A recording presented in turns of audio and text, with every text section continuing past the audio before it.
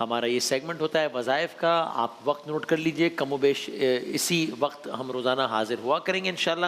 جناب قبلہ مفتی سہیل امددی صاحب ہمارے ساتھ تشریف فرما ہوں گے. تشریف فرما ہیں آدمی. السلام علیکم. وعلیکم السلام ورحمۃ اللہ وبرکاتہ. خیریت سے ہیں؟ ٹھیک ٹھاک ہیں الحمدللہ خیریت سے ہیں. اللہ کا شکر. ماشاءاللہ. وہ کہتے ہیں نا سو فار سو گڈ. اللہم زد فزد. انشاءاللہ.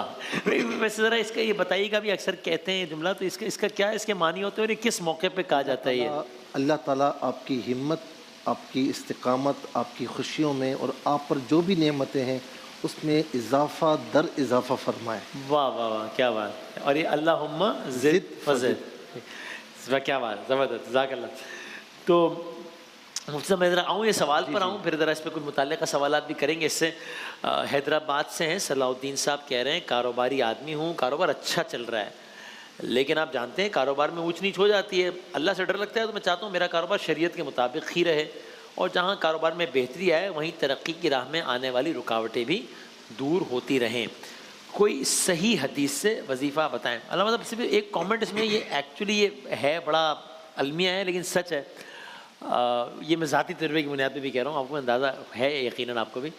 یہ کبھی بڑا مسئلہ ہوتا ہے کہ آپ کو پتہ ہوتا ہے کہ یار ڈنڈی بھی نہیں مارنی, ملاوٹ بھی نہیں کرنی, یہ بھی نہیں کرنی, اور آپ کو نظر آ رہا ہوتا ہے کہ یہ کام کرنا تو نہیں ہے, لیکن یہ کام اس حد تک اگر کیا جائے گا کسی کو پتہ بھی نہیں لگے گا, نفع ہی بڑھ جائے گا, اور آپ کو نظر آ رہا ہوتا ہے کہ سامنے یہ سارا کام ہو بھی رہا ہوتا ہے.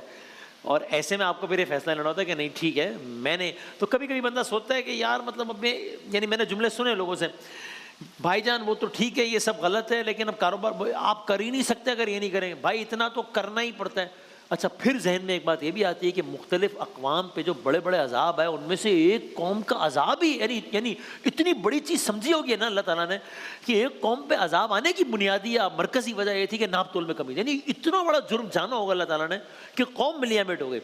تو اس کو ذرا سمجھائیں اس تناظر میں بھی. بسم اللہ الرحمن الرحیم.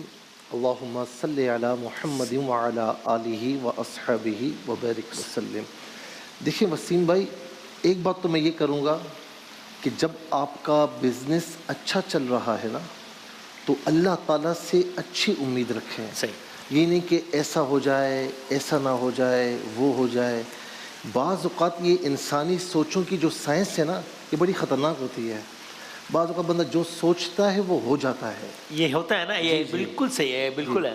حدیث قدسی ہے کہ نبی علیہ السلام فرماتے ہیں کہ اللہ تعالیٰ فرماتا ہے کہ میں اپنے بندے کے گمان کے مطابق ہوتا ہوں. کیا بات ہے, واہ.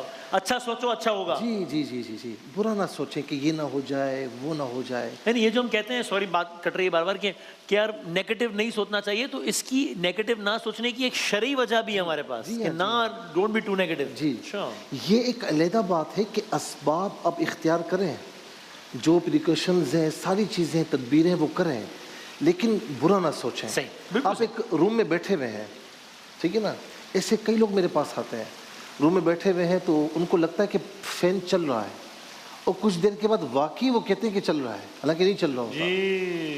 اچھا, اسی طریقے سے روم میں بیٹھے ہوئے اندھیرے میں کوئی جن نہ آ جائے, پھر انہیں چیزیں ہلتی بھی محسوس ہوتی ہیں. یہ سلسلہ بڑا خطرناک ہے, بہت دور تک جاتا ہے. تو اچھا سوچیں, انشاءاللہ کچھ بھی ہونے والا نہیں ہے, تدابیر اختیار کریں. دوسرا جو آپ نے فرمایا نا کہ ایک مارکیٹ میں بندہ کام کرتا ہے, اور میں بڑی مطلب بدقسمتی کی بات ہے, شرمندگی ہمارے لیے.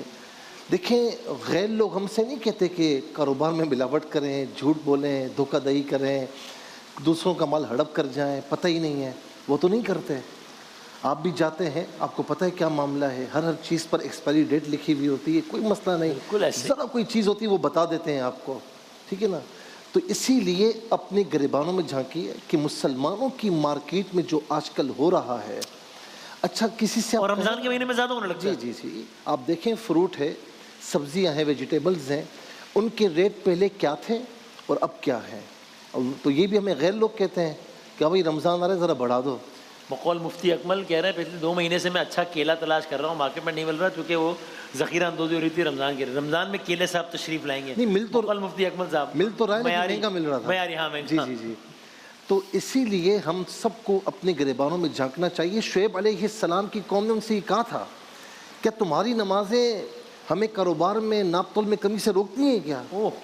آج کل بھی یہی ہے نا, بھائی میں نماز پڑھتا پڑھ رہا ہوں ہوں، بھائی میں۔ وہ ساری چیزیں اپنی جگہ پر ہیں، بلیک مارکیٹنگ، یہ رشوت، یہ ملاوٹ، یہ ساری اپنی جگہ پر ہے، لیکن نماز تو چل رہی ہے۔ اس طرح نہیں چل سکتا۔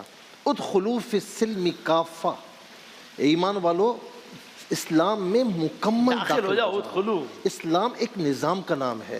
حضور نبی کریم علیہ السلام ایک مقام سے گزر رہے ہیں تو کچھ بھوسا وغیرہ رکھا ہوا تھا، آپ نے اس پر ہاتھ رکھا تو نیچے سے وہ گیلا نکلا، ہاں ہاں، تو آپ نے فرمایا کہ یہ تو نے کیا کیا ہے؟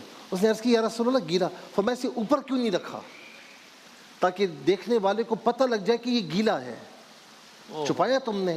پھر آقا علیہ السلام نے فرمایا کہ من غشا فلیس منا، یہ ہم سب سن لیں، ہم سب کے لیے ہے کہ جس نے ملاوٹ کی میرے نبی فرماتے ہیں کہ ہم میں سے نہیں ہے۔ کتنا بڑا جملہ ہے، کتنا بڑا جملہ ہے۔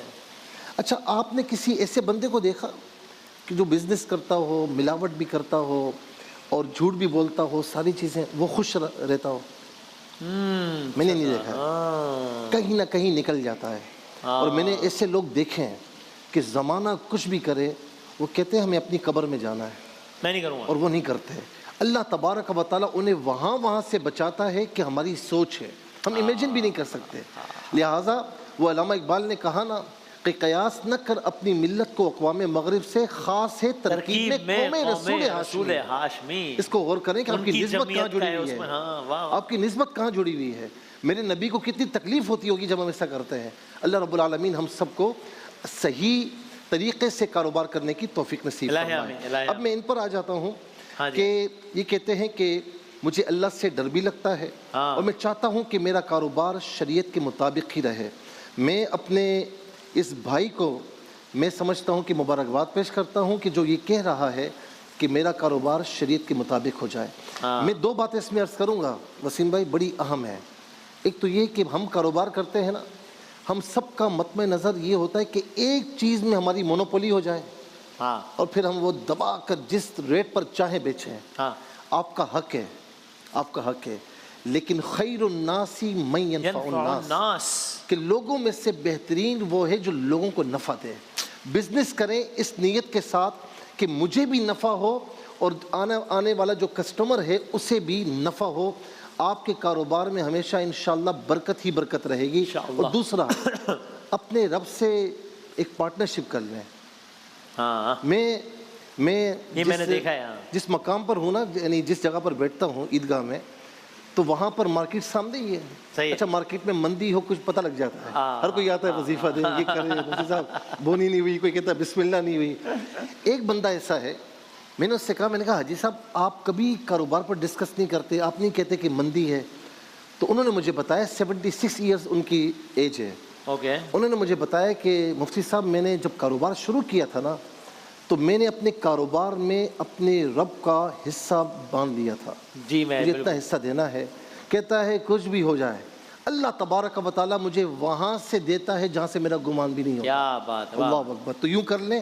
اور دوسرا یہ ہے کہ انشاءاللہ کاروبار میں بہتری بھی آئے گی، ترقی کی راہ میں آنے والی رکاوٹیں خود بخود رب تعالیٰ دور فرمائے گا۔ اور یہ دعا پڑھیں، ایک تو نماز کی پابندی، صحیح ہے، نماز کی پابندی اپنا وتیرہ بنا لیں۔ دوسرا یہ ہے کہ یہ دعا میرے نبی علیہ السلام کی دعا ہے جو صحیح بخاری کی ہے۔ ٹھیک، اللہم انی اعوذ بک من الہم والحزن بھی پڑھ سکتے ہیں، والحزن بھی پڑھ سکتے ہیں، صحیح، والعجز والکسل والبخل والجبن ودلع الدین، اللہم انی ودلع الدین وغلبۃ الرجال۔ اب اس کو میں ایک ساتھ پڑھ لیتا ہوں۔ صحیح ہے، اللہم انی اعوذ بک من الہم والحزن والعجز والکسل والبخل والجبن ودلع الدین وغلبۃ الرجال۔ اس کا ترجمہ یہ ہے کہ اے اللہ میں غم اور حزن سے، عاجزی اور کسل مندی سے، بخیلی اور بزدلی سے، قرض کی کثرت اور قرض داروں کے دباؤ سے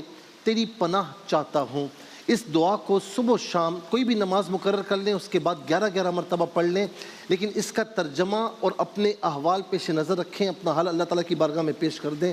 اس دعا میں ہر چیز آ جاتی ہے، تو انشاءاللہ اللہ تبارک و تعالیٰ کرم فرمائے گا۔ اور جب بھی وظیفہ پڑھیں، حضور نبی کریم علیہ السلام نے فرمایا کہ کوئی بھی آپ دعا کرتے ہیں تو دعا مقام مقبولیت تک نہیں پہنچتی حتیٰ یصلی علیہ، جب تک مجھ پر درود پاک نہ پڑھا جائے۔ تو کوئی بھی مختصر درود پاک اول آخر 3 مرتبہ پڑھ لیں۔